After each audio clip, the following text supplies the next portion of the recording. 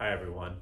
So this video is designed to give you some tools that you can use to interact with sources as you are working toward more engagement with secondary sources about these literary texts. So up until last week throughout the semester, what we've really focused on is your own perspective on the individual pieces of literature that you're reading.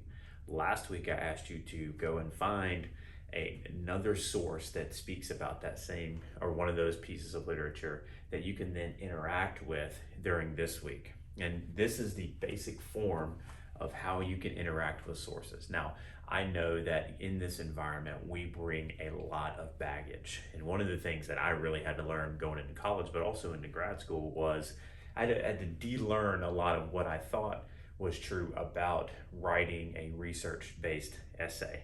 So a lot of times what can happen when we have a research-based essay is we can just find a lot of sources that say interesting things about a topic and then summarize those sources with some good examples and then move on to another source and another source, and another source. And what we end up having is a collection of interesting thoughts about a specific subject rather than a specific thing that you are trying to say about the subject.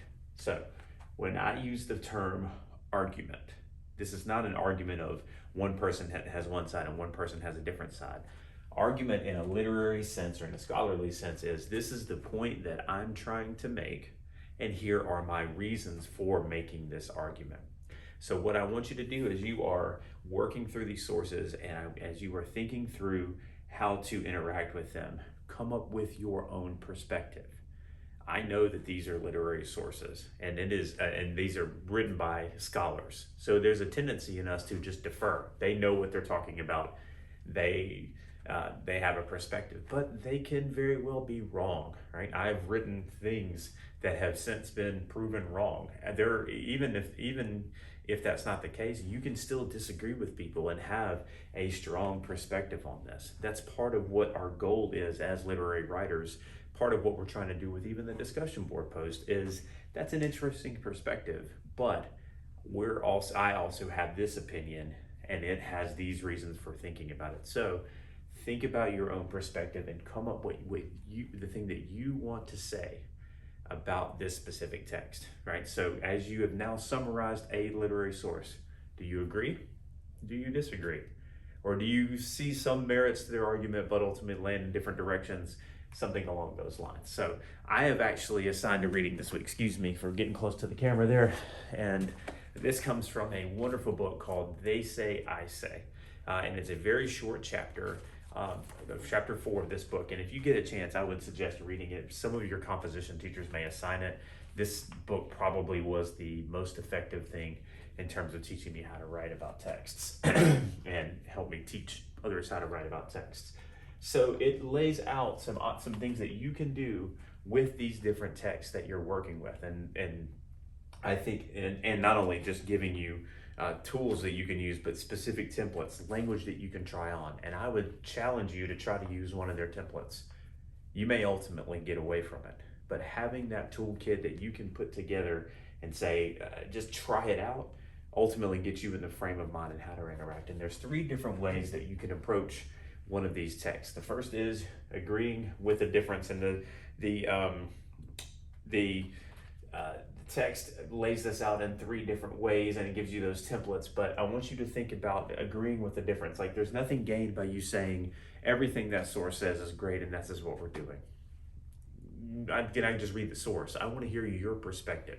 So what are some significant things that you can do with a difference, even if you agree?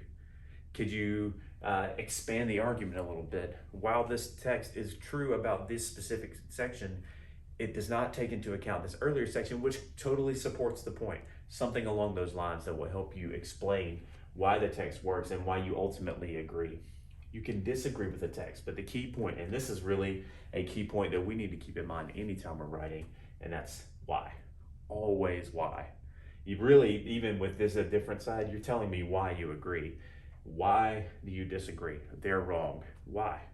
They didn't take into account this specific religious belief. They didn't consider this part of the text from chapter 1, or this line in particular seems to disprove that. Thus, their argument doesn't quite work. You see how the language that I'm using puts your perspective in there and explaining why? And then finally, you have a specific way where you can agree and disagree. And in each part of the chapter, you have some wonderful templates that explain and give you tools. And you can see them right here on page 62. But this is the templates for agreeing, but you have them for disagreeing and agreement and disagreement. And it gives you room to explain how you are working with this text, ultimately in service of this specific thing. So this is a short writing assignment. It's about 2 pages. And the best way that you can do that is to use these templates and go through and maybe make 3 body paragraphs that unpack different points. Then set up your argument in your introductory paragraph to show how this is ultimately going to lead to these specific ways. Now you need to decide fairly early on, are you going to agree or disagree?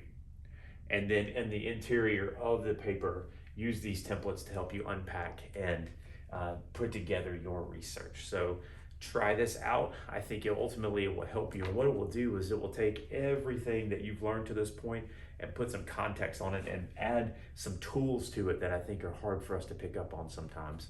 And you'll be able to construct this assignment fairly easily. So I hope it goes well. Feel free to reach out to me with any questions.